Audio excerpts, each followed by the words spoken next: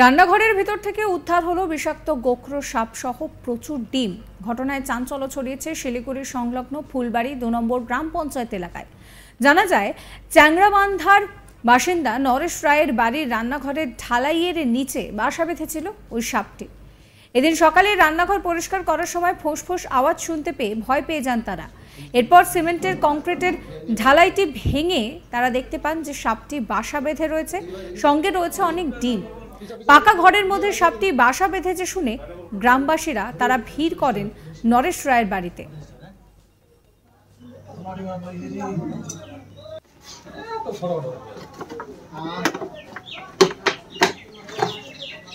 দেখি পাথর আছে, ডিমগুলো ভাঙিয়ে দেবে না। কতগুলো ডিম?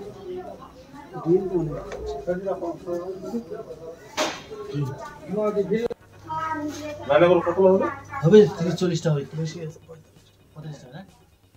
বিষাক্ত গোখরো সাপটিকে দেখে কি করবেন ভেবে না পেয়ে শিলিগুড়ির একটি পরিবেশ প্রেমী সংগঠনের সঙ্গে যোগাযোগ করলে ঘটনাস্থলে দুজন সদস্য এসে রান্নাঘর থেকে সাপটিকে উদ্ধার করে। সেই সঙ্গে সাপের ডিমগুলিকে অত্যন্ত সতর্কতার সঙ্গে উদ্ধার করা হয়। উদ্ধার করা সাপটিকে বৈকুণ্ঠপুর ফরেস্টের জঙ্গলে ছেড়ে দেওয়া হবে বলেও জানানো হয়েছে। তবে এদিন এই সাপটি উদ্ধার হওয়ায় আতঙ্কমুক্ত হন বাসিন্দারা।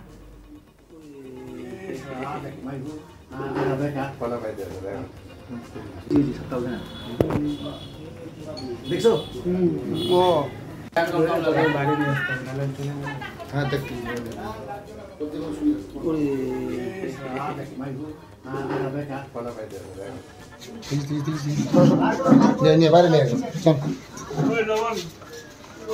দেখি ভাই, দেখি পিছা পিছা পিছা নিয়ে ভাই, নিয়ে দেখি। দেখা দেখা দেখা একটু দেখা, দাঁড়া দাঁড়া দেখা একটু দাঁড়া।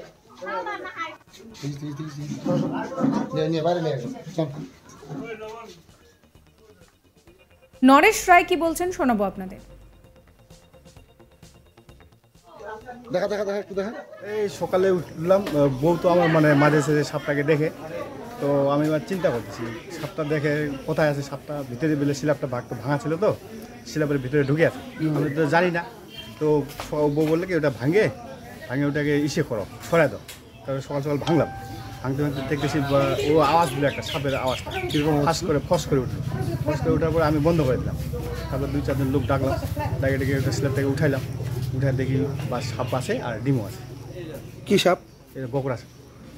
গোকরা দেশি ভাষা আমার গমা। ডিম কটা সাপ ছিল? সাপ দেখছে তো বউ বলে 2টা, একটা কালো, একটা কি সাদা। সাদা না, ওই গমা আর কি, গমা রঙের। মানে একটা পাওয়া গেছে, তাই তো? একটা পাওয়া গেছে। কতগুলো পাওয়া গেছে ডিম? মোটামুটি 40-45টা হবে। বললাম যে এর আগেও এরকম সাপের ডিম দেখেছেন? এর আগে আমি সাপের ডিম দেখি, আজকে প্রথম দেখলাম।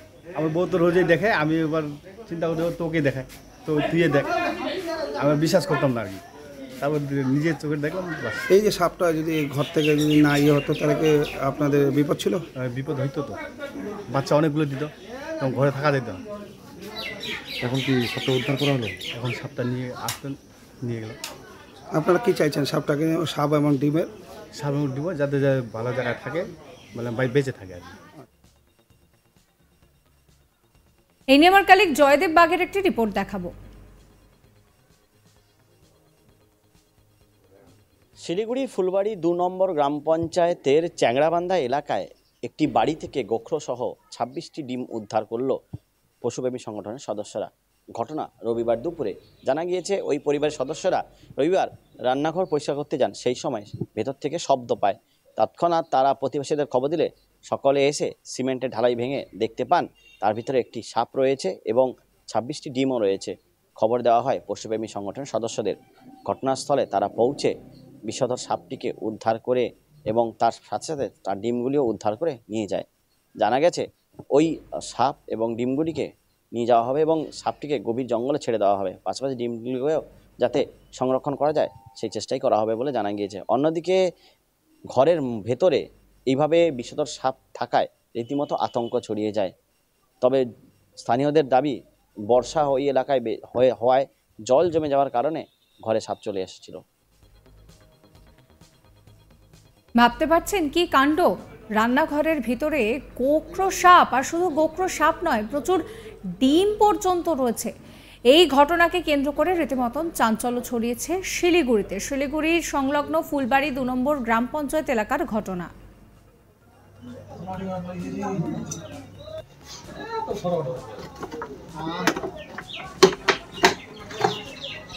দেখি ইট পাথর আছে, ডিমগুলো ভাঙিয়ে দেবে না। কতগুলো ডিম?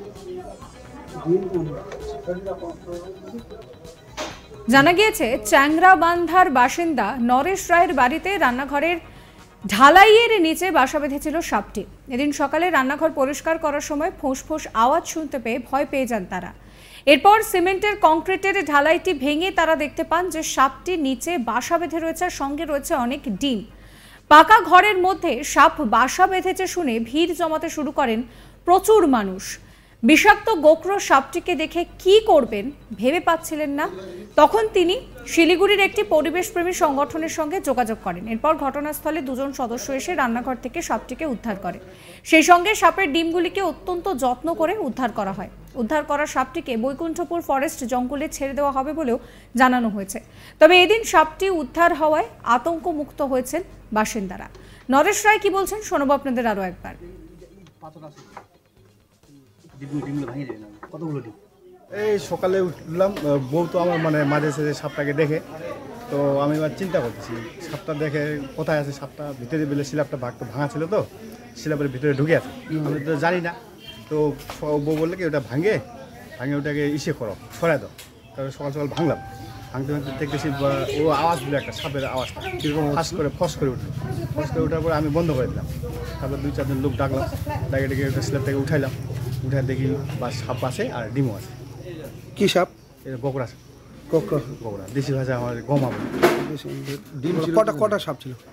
সাপ দেখছে তো বউ বলে 2টা, একটা কালো, একটা কি সাদা না, ওই গমা আর কি, গমা রঙের। মানে একটা পাওয়া গেছে, তাই তো? একটা পাওয়া ডিম গেছে। কতগুলো পাওয়া গেছে? ডিম মোটামুটি 40-45টা হবে।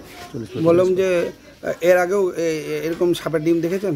এর আগে আমি সাপের ডিম দেখি, আজকে প্রথম দেখলাম। আমার বউ তো রোজই দেখে, আমি এবার চিন্তা করতে তোকে দেখায়, তো তুই দেখ।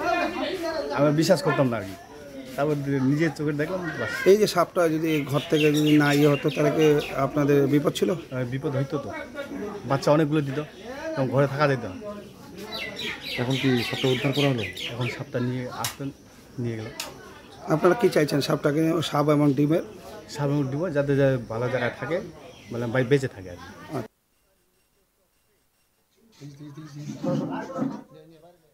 সাবস্ক্রাইব করবেন আজ তাক বাংলার ইউটিউব চ্যানেলকে, ফলো করবেন হোয়াটসঅ্যাপ চ্যানেলও।